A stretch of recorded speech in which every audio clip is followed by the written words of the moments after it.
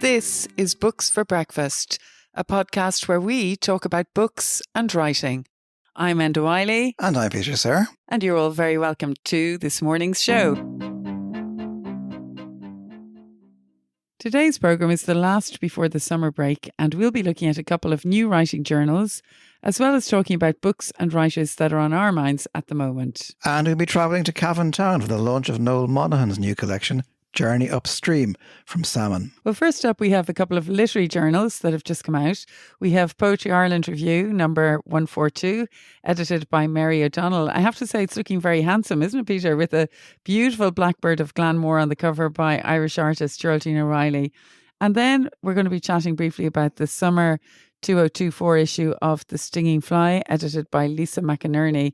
I think it's easy to underestimate the importance of literary journals, but they're one of the mainstays of literary culture, a really important platform for new writing and emerging as well as established talent. I think that's really well reflected in both of these journals, isn't it, Peter? Yeah, no, I totally agree. I mean, they're an absolute must. I think you have to have kind of vigorous, healthy kind of literary journals. And I liked what Mary O'Donnell said in her Poetry Ireland Review editorial. Firstly, about the sheer number of poets submitting, but also she talked about the range of work on offer, just in terms of, form and style and approach. She says, sometimes when reading, I realised I was in the presence of a writer in love with language. There are also the reviews, which she says bring real ballast to the journal. There's always, I think, a shortage of good criticism. I think few people want to do it. It's hard work, and you have to say, and it's a small country, and people are afraid to say anything bad about people who they might bump into the next day. So that kind of thing. You've encountered that yourself, Peter, haven't you? Of course. But I think, you just need people who are prepared to commit to the kind of detailed attention that, criticism requires. And the more of it, the healthier. But I liked as well when Mary said, I realised I was in the presence of a writer in love with language, because I think critics also have to be in love with language. And in this particular Poetry Ireland Review, I was really impressed by the skilled criticism of Maria Johnson. She's currently a visiting research fellow in the School of English in Trinity College Dublin. And she's a really fine critic, but not in any dull, overly academic sense. I mean, I think when you read her criticism, you really feel that she brings her love of language alive in her prose, which is very exuberant when she's thrilled by a line or a poem by the poets she reviews. And one of the lines that I really liked in her review that she has in this issue says, reading a poem like this, you wonder how anyone could live only in prose. And she ends her review of Leontia Flynn, also of you, Peter Sirr, and she says they bring everything they have into the arena and leaving the crowd pleasers for dust. So I love that kind of exuberance. Also enjoyed Sean Lycett reviewing Tom McCarthy's journals, Poetry, Memory and the Party, journals from 1974 to 2014. Do you remember, Peter? It's such a hefty, unique collection of personal journals. We actually interviewed Tom McCarthy about the journals when they came out on this podcast. And again, I found with Sean Lycett, this is really fine reviewing. It's alert and sensitive to the nuances of these journals that span decades. And he says there are great anecdotes in these pages, along with telling revelations about what Michael Hartnett called the devious ways of poetry. So I really like that. Sure. And I would urge anybody who's interested in that Tom McCarthy book to go back and listen to that podcast, because he was very interesting on it. There's lots of other fine reviews. There's by poets such as Mark Roper and Alan Titley too. There's a very interesting conversation between the editor Mary O'Donnell and the poet and playwright Damien Smith, and a lot of it focuses on kind of poetry and violence, how poetry deals with violence. And she says that the tone of your work, although sometimes darkly humorous, is frequently elegiac. And she goes on to say, or to ask him, is having absorbed an undercurrent of grief and loss part of the experience of having grown up in Northern Ireland for your generation in particular? And the answer is, proximity to violence will register somewhere in the psyche. By degrees, such presence will damage focus, haunt ideas of the self. That's unavoidable. And he goes on to say, she asks him, do the personal and the political have things in common for you as a poet when it comes to grief? And he says, I take everything personally. That's why I had a heart attack 10 years ago. I was asked one time why in a book about Downpatrick I had a poem about the murder of Jean McConville, as that didn't happen in Downpatrick. I said, we did have TV though. People pay a price, so a dead IRA volunteer will appear in poems. So would a coalman who was part-time UDR. So will Mary Travers, who was shot dead a street away from me in Belfast, and victims of the Loughlin Island massacre. But this isn't an almanac of the Troubles or a competitive catalogue. It's about being alive in a particular place and time with others. And that is, again, it's a fascinating kind of wide-ranging interview. Another thing I was thinking about is that there's a nice kind of combative, speaking about criticism and the need for it, there's a combative piece by the young poet and critic Ciarán O'Rourke, This Eye is Not for Weeping, Poetry and Power. And he starts it by quoting Adrian Rich's, I've been a poet of the oppositional imagination. And so I think what he's doing is he's bringing a bit of that kind of oppositional imagination to bear on the current scene, and he is clearly not impressed with a lot of what happens, and he makes a strong argument for a poet, contemporary Irish poet, Dave Lorden. And the point is, people will disagree with him or agree, doesn't matter, but it's very interesting to see just an essay of this kind and depth in this as well. And again, a real variety of poems emerged from an emerging poet. I mean, I love the fact that it has a contribution from a poet who's only 17. Not that there's anything wrong with being 17 and a poet. I mean, what age was Rambo when he started off? I think he's probably only about 17 as well. But this one is Valentine Jones. Valentine Jones, a real discovery actually. It was great that Mary O'Donnell included Valentine. Valentine's only 17 and they hail from Limerick. They have been published by the Paper Lanterns Literary Journal, the second time winning the senior category of the annual short story competition. And I think you have to watch out for Valentine Jones because they will have a short story in the Irish Times as well this summer. But this is their first published poem in Poetry Orange Review. And luckily we have Valentine here reading their poem from Poetry Orange Review, and it's called Science Class 2019. Science Class 2019. I can tell you honestly, the trees aren't real, the birds don't sing, and the sun can't rise. It's all just kamikaze neurons in your skull, flaring briefly, burning themselves out. What exists beyond the bounds of trembling sight and sound isn't real. The trees exist only in your eyes. The birds sing a concert to an audience of one, and the sun settling on your skin is close enough to touch. There is no space between planets. If, on a clear night, you stood outside, balanced on a chair and reached out, you could grab a star and pull it gently down to Earth. Well, there were loads of really good ones, actually, and it was great to attend the launch of Poetry Orange Review. We heard Patrick Chapman read his poem Bloodletter, and Patrick is a Dublin poet and has been writing for years. In fact, I remember his very first collection, Jazztown, which was published by Raven Arts Press back in 1991, and his 10th collection, can you imagine his 10th? Well done to Patrick for persisting. His 10th collection the following year is due from Salmon Poetry just this year, I think. But this is a very quirky, clever, imaginative poem that you're going to hear now. And I hope everyone listening enjoys this innovative poem as much as Peter and I did when we first heard it at the launch. So here it is. Bloodletter. Thank you for seeing my patient, J, 33, who feels that his main somatic symptoms may be due to chronic depression. ODQ sleep disturbance, lowish mood ongoing, no high points. GF thinks him eccentric. Difficulty concentrating, sometimes poor memory, thoughts of self-harm but no intent. 6 of his friends have died by suicide. J appears to take it as a personal reproach. Following his birth, every other boy his age was slaughtered by Israeli forces sent to murder him. He spent his childhood peerless and conspicuous. Now reports a dozen stalkers, men who walked out on their wives and kids to seek his instruction in living a good, honest life. A parent savior complex manifests in strong compulsion to revive each corpse he meets. An urge to cure lepers comes over him frequently. Capgras delusion Ray father. His mother maintains that Jay made her pregnant with himself, a bootstrap paradox. Allergies include serpents, women, gravity. Reacts with dread to certain wooden cups. Claims to do his father's work but will not specify which job he means. Sommelier, interior designer, activist and influencer, mysterious mover in marine situations. These days, Jay tells stories for a living, demonstrating a clear indifference to getting ahead. Recent self-medication includes induced hallucination through immoderate consumption of alcohol, jazz cigarettes, and the venom of a psychedelic toad. Obsessive masturbation also noted.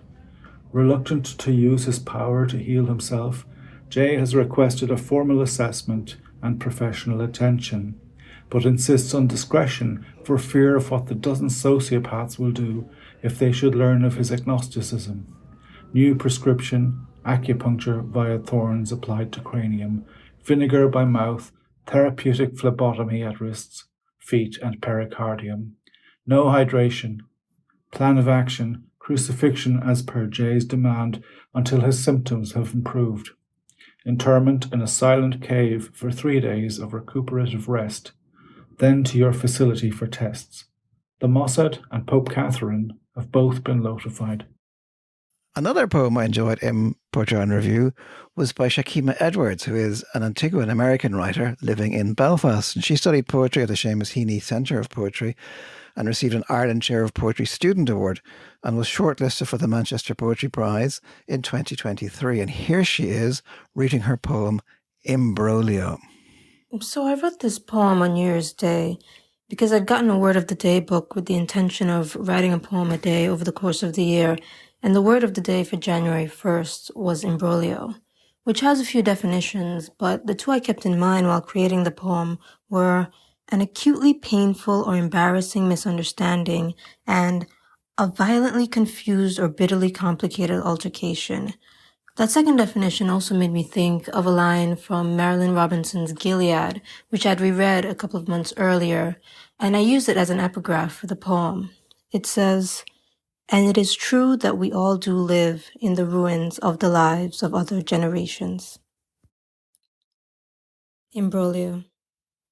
And it is true that I do not want to die, but to return unhatched to my mother, and be spat into the condom my father could have worn, to be unbodied, not contending, with lungs, limbs, kidneys, to hold neither mass nor matter, as weightless as photons, laughing through space at light speed, to no longer envy unseeable beings, dark fungi, bacteria, protozoa dancing beneath the limits of an ocular nerve. How embarrassing to be full of blood and milk and semen, to evolve from fish only to recognize great aunts and uncles in the bulge of my knuckle or the flatness of my nail bed and know I was born into ruin. And there are also poems in Irish. Afric Mackay is the Irish language editor, and one of the poets featured Gormla ni Hiachon ni Violon, also in fact features in The Stinging Fly in the original and in my own translation, which was commissioned by Afric.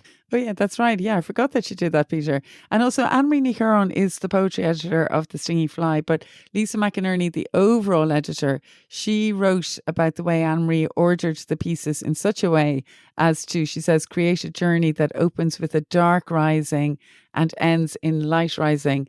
I think that's really nice. And in fact, Lisa herself follows Anne-Marie's plan for the issue and wants to acknowledge the dark and then turn our faces to the sun.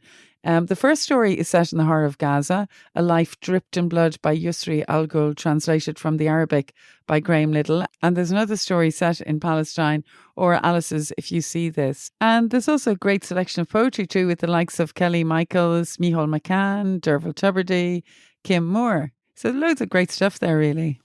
And I mentioned that poem by Gormla ni Hiachon ni Violon and my own translation. So here are both of those now, starting with Gormla reading her poem, Ski Alien.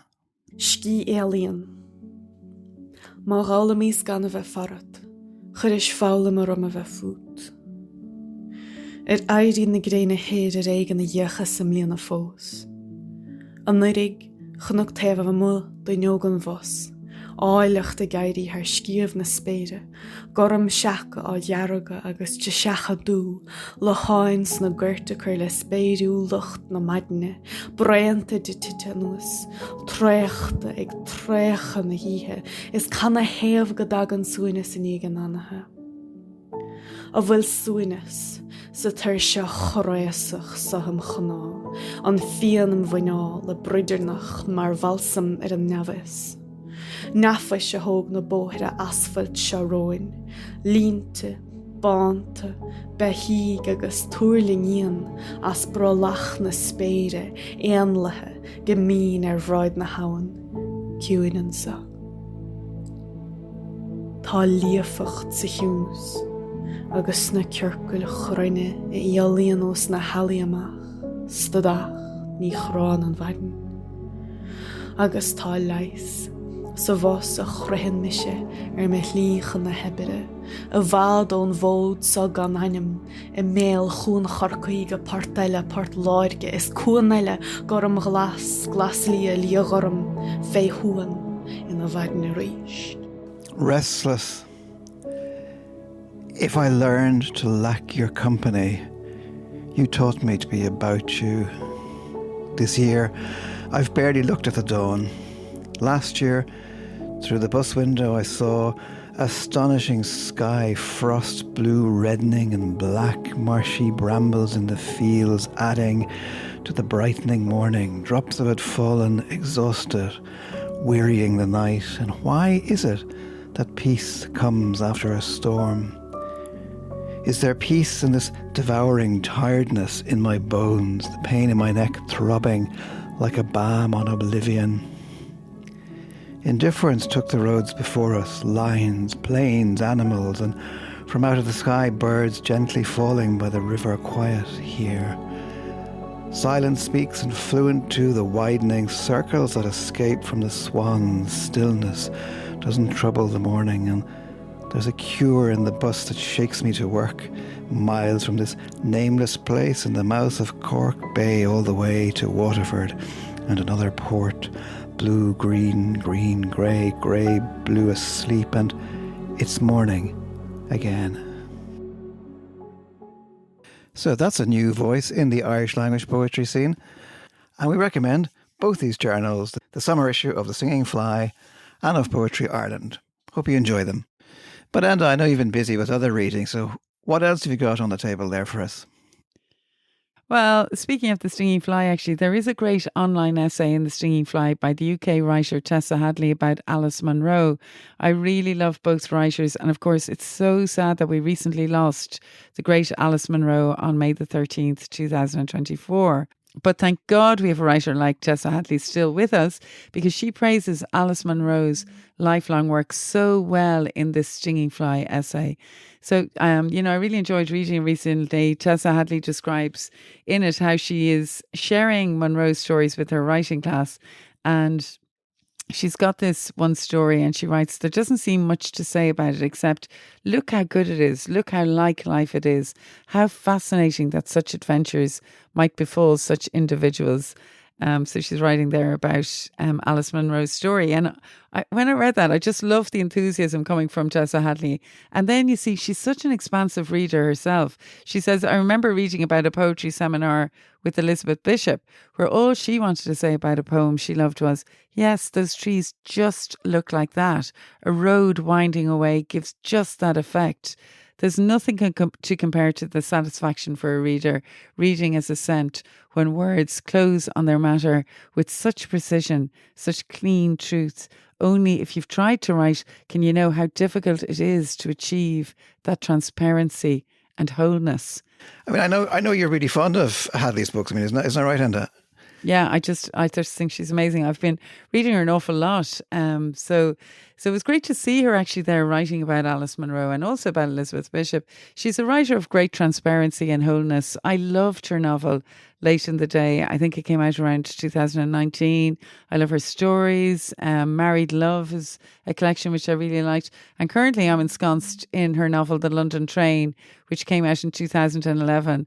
And so what I really like about her is that she brings us right in as readers to a whole world, so that from the very start, we're right there, a part of the lives of, in this case, a father, Paul, whose eldest daughter, Pia, has gone missing in London. And he heads off off from his rural home in Wales to find his daughter. But in doing so, his own life begins to change too. And then, kind of parallel or in the opposite direction, another character, Cora, is travelling back to Cardiff to the house she's inherited from her parents, and she's escaping a failing marriage. And then she hears that her husband has disappeared. Now, it all sounds very dramatic, but Tessa Hadley is so skillful at creating the ordinariness of situations. And in the London train, I really felt that the two halves of this novel, they kind of blend together. So I think she's just a writer that is a total pleasure to read. And actually, I discovered her first many, many years ago up in Anna McCarrick, because either she had been in Anna McCarrick writing or somebody had been reading her, but a novel of hers was on the shelf, and that's how I came upon her. And I love when you discover writers like that. It's kind of the best way, really, by accident. So, yeah, great writer. No, likewise, I love that kind of serendipity. But you're going to read a piece by Tess Hadley from the London train, isn't that right? Yeah, I mean, I said she's not very dramatic, but there's moments of kind of still wisdom. And this point in the book comes where Paul reaches a pivot in his life. He's left his family home, he's bunking in with the daughter, and he's gone to Heathrow Airport to do a job. And he thinks, oh, what if I just get on a plane? What if I just leave my wife and children and everything behind? I mean, I know we've probably all had those feelings, but I just think she captures it very well. And she says, but what if he didn't go back? What if his life continued somewhere else and was real differently? The lettered shutters spelling out the place names on the board flickered over with their soft susurration. Dubrovnik, Rome, Odessa, Cairo, Damascus. His idea wasn't cerebral. The assault of his desire for it, dropping through him like a current, unhinged him momentarily. He imagined himself walking out from a room somewhere else in a few hours into a different light to buy clothes, toothbrush, razor, which he would not know the names for. He would find a bar to eat in or buy food on the street. The place might be dirty and poor. It might have stone ramparts where the population strolled to take the air in the evenings. It might overlook the sea. It might not. Paul felt himself at a pivot in his life, swinging dangerously loose.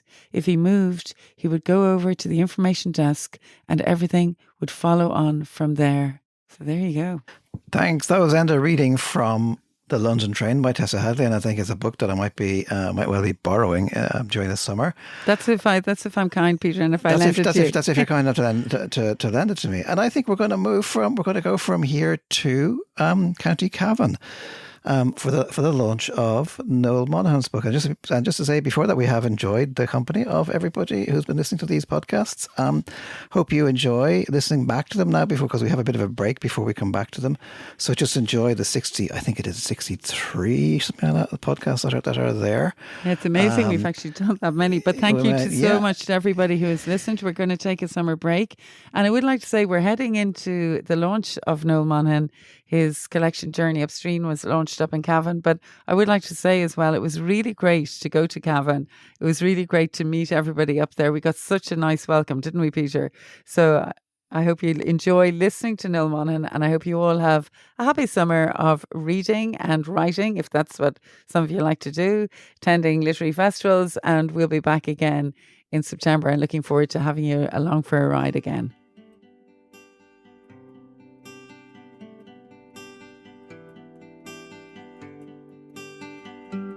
At that time, I just finished the Leaving Cert. I was in St. Norbert's College, a border in Kilnacross, for 5 years. And when you get the Leaving Cert results, you say, what am I going to do? And there was no career guidance at that time.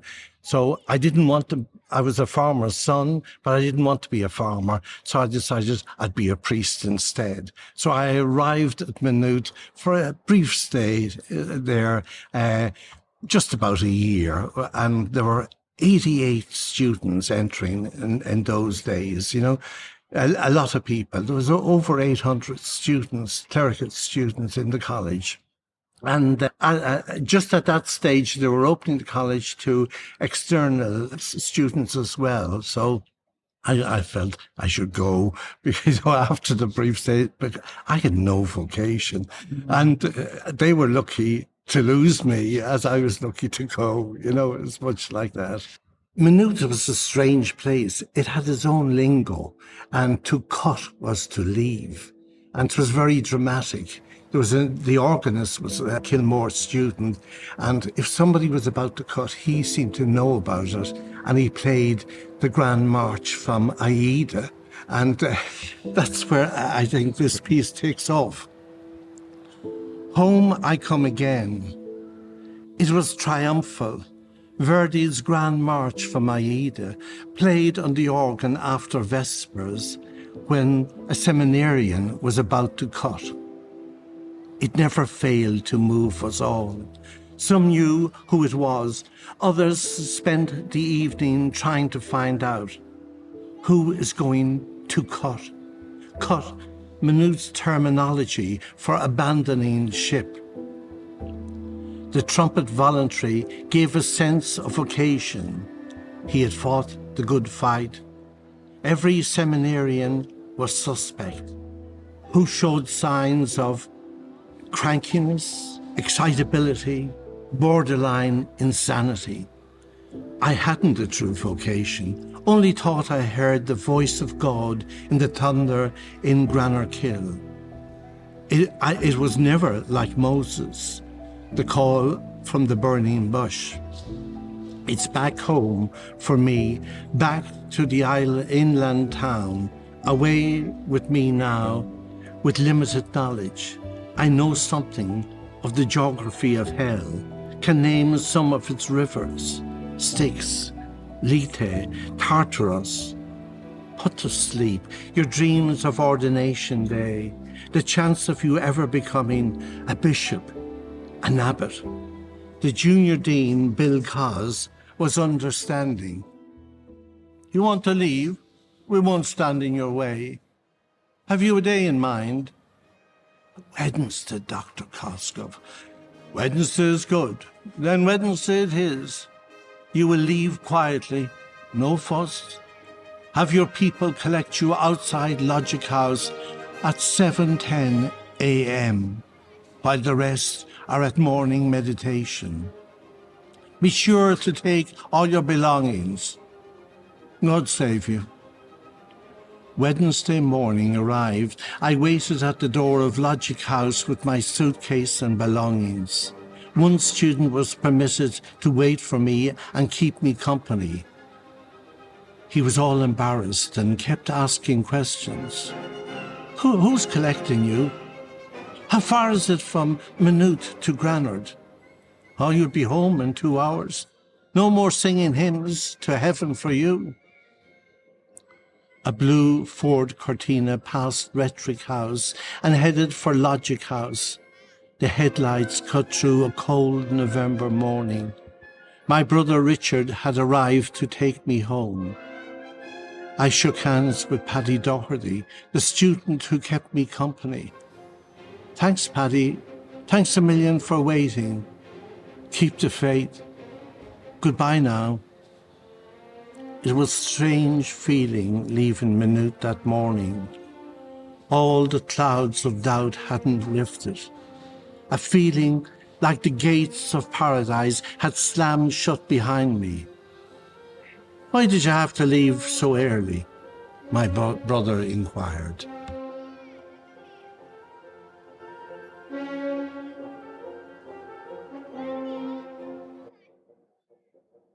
So today we're in the Cavan Crystal Hotel in Cavan. We're talking to the poet Noel Monahan, whose 9th collection, Journey Upstream, has just been published by Salmon Poetry. I had the pleasure of launching this new book last night in the Courthouse Cavan, a packed house, I have to say. Even a bishop came. And Peter and I thought no better thing to do than to talk to the poet himself this morning after his launch. Noel Monahan, you're very welcome. Thank you very much. And Peter, delighted to be here this morning after an eventful night last night. It definitely was. You must have been thrilled. Were you? I was absolutely delighted because this is a collection after COVID, and one never knows, will the same crowds start coming out again after that long sojourn in our homes, you know? Yeah, it was absolutely brilliant. And a beautiful singer there as well, lovely soprano, and great crowd. And when I was reading your collection, I kept thinking of the poet Miroslav Holub, who said poetry is energy. He said it's an energy storing and energy releasing device. And it felt to me that Journey Upstream does exactly that. It's a collection that stores and releases energy of thought and feeling in your own distinctive way, Noel. It is a poetic energy honed over many years, because you're no novice poet at all. You're a very mature one. This is your ninth. In every sense of the word, very mature person. Very mature. It's your ninth collection. And That's right. Yeah. what I loved about Journey Upstream, your collection, is that there are many poems in praise of the people of the community of Cavan. And I loved, for instance, the poem Portrait of a Librarian, about the librarian Mary Carlton Reynolds, who I know is now retired. But also, there was a bar in Cavan Town that I'd love to have gone to, which is Lynch's Bar, isn't that right? And there's a brilliant poem in it. Linus MacDonald. Will you tell us a bit about how Cavan has and his people have inspired you so much, really? Linus was an extraordinary character, you know, and he entertained all the customers. And this was a place to go to. It was a talking pub, really. And he supported the arts. So after readings, poetry readings or plays, we'd end up in Linus's pub. And he liked to see, to move around and say that nothing had changed and that the conspiracy of the British government was still alive and well in Cavan. So he was full of all these little anecdotes and stories and didn't I tell you so and that type of thing. He was a really live character, and he'd always have this cloth in his hand, brushing the table and cleaning it and selling beer, really, you know. That's what it was about. And in one of your poem about him, actually, Call Linus, you say he walked on hallowed ground behind his bar, moving from one story to another. That's right, yes. Absolutely brilliant. There's lots of literary allusions to Cavan in this book. I mean, one of your first literary awards was winning the Coot Hill Arts Festival Poetry Award, which was adjudicated by Dermot Healy, and it's great to see him remembered in the poem Coot Hill. But there was also the Cavan playwright Tom McIntyre. I remember his work so well, and those plays with Tom Hickey. Tom was a wonderful person, really, you know, and he was very much an exciting person, and he didn't tolerate fools gladly, you know, and I would regard him as a great mentor, you know, because he really would nail a point about poetry. And when I was emerging really at poetry, it was great to know Dermot Healy and to know Tom McIntyre. Well, you definitely need somebody to say yes to you, I think, as an emerging poet. And it was great you had Tom McIntyre and also Dermot Healy. But I spoke earlier about community and your love of community, but you also have a great love of family, and we met your family last night and they're fantastic. There's a poem about Oisín, Fia and Lila, who I know are your youngest grandchildren. There's poems about them, but also there's a wonderful poem about you driving from Cavan to Galway with your sons, Neil, Cian and Ronan, isn't that right? That's right, yes. Will you tell us a bit about that, because it is funny? We used to, you know, go down to Galway, and we loved staying there by the seaside. And of course, Anna's from Salt Hill, so she really relished it, you know. But we'd have a deal, you know, that they'd hear their music, you know, REM, they were into all that. And then when we'd get as far as maybe Granard, we'd change over to mine, and mine was usually whale music, because I was into whale sounds at that time. I don't know, maybe water was always important as an image, you know, in my writing, but they'd suffer through the sounds and the whale noises, and then we'd listen to theirs. Yeah, so it's an enjoyable collection as well. Also, there is a wonderful poem about your father, and it's about him ploughing the field. And I was wondering, Noel, would you read that for me? Because it's in the section which is, it's Irish and English, isn't that right? Yes, yeah. And I think that's really beautiful, because at the launch last night, there was a lot of people speaking Irish. That's wonderful right. to hear it spoken in a public place. Yeah. And here we have this wonderful poem. Would you read it for us in Irish and English? And just to say, you know, I just love the Irish language. I never proclaim myself an academic in any sense, but I feel that we lost the language very quickly, in the plantation times, and we lost it maybe in about 40 years.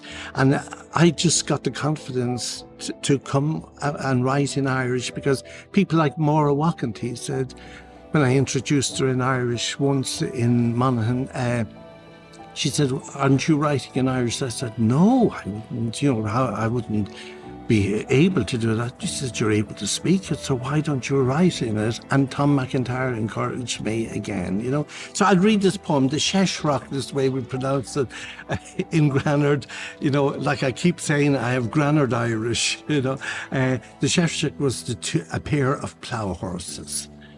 Sheshrock, Cufna Mahar in a Chechtara, Gá capel ag tarinj, céirte éireann, is rá éireann ag tríal gamal le fána. Is súla mahar gramithe, sceach gheal taobh híoste. Is an scór sir díreach aige, I bach shemra chapel I gcónaí. A pair of plough horses.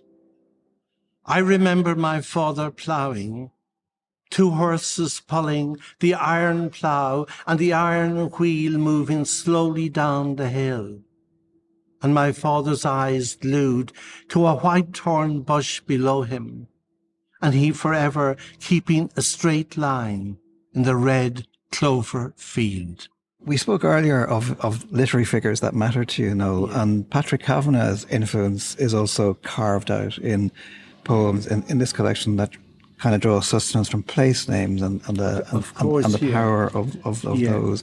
Highland of the Gods and Bridget, where Cornaví, Cordec and Scia hover like ghosts about bush and heather. Yeah. You write in the poem Knockbride. So I was just thinking, was Kavanagh important for you?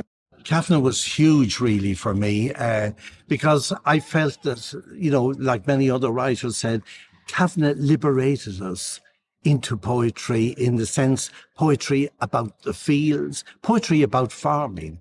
And like in many ways, Kavanagh is a pastoral poet. He's also a Catholic poet, in every sense of the word, even though the church wasn't all that kind to Kavanagh.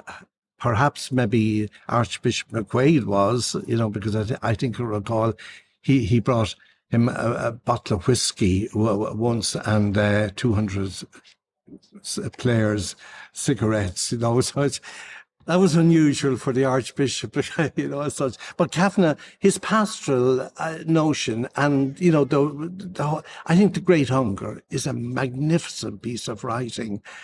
Clay is the word and clay is the flesh. What a wonderful way to open. And that ties in the pastoral element with the religious. I think it's really, he's thinking of St. John there and the Gospel of St. John. In the beginning was the Word, and the Word was with God, and the Word was God. So that's what I fell in love with. You see, Yeats was that bit more removed. You have the big house poetry and the big house novels, and Longford was famous for that, like Goldsmith and Maria Edgeworth. And I must admit, while I still have great respect for them and have been participating in their schools of thought, I still love Kavanagh, because I relate to him. He relates to my way of living. Yeah, I love Kavanagh as well, and it was great to hear you speak about him there. Also, Noel, reading your poems made me think, well, what can a poem do? And in one of your poems, it's called Poem, you say it can be a sudden blessing in the dark, a hymn to your heart. Yeah. I thought that's really beautiful. And there's a poem called Lupin in November, right, which to me really felt like a hymn to the heart. And I'd love if you would read it for us. I'd love to. And Lupin in November, I was just looking out at the lupin and I said, that's strange because lupins the bloom in July or August, they're gone. But we had one that stayed on till November. And I thought, I just kept looking out at it and the poem came. Lupin in November. She stands beyond time out there on the patio. Swan neck of stately flowers washed by November rain. Lair's loneliest daughter, hearing her brothers sing octaves of notes, strings of words, floral pearls of purple and white. Ghostly standing at the window, giving light, music and words to the breath of life's mystery on this dark November day. Thank you. And that was Noel Monahan. Many thanks for reading to us from Journey Upstream. My pleasure and delighted. Thank you very much, Enda and Peter. It's been a great pleasure. Great pleasure. And just to remind listeners as well that that's Noel's 9th collection from Salmon Poetry, just out. And as usual, all details will be available on www.booksforbreakfast.com. I think we've reached the end of our Books for Breakfast podcast this morning. I'm definitely rushing off to have more coffee. And I'm Enda Wiley and I have Peter Sirr here with me. And Peter, would you like to tell everyone about the details of the podcast if they'd like to listen again?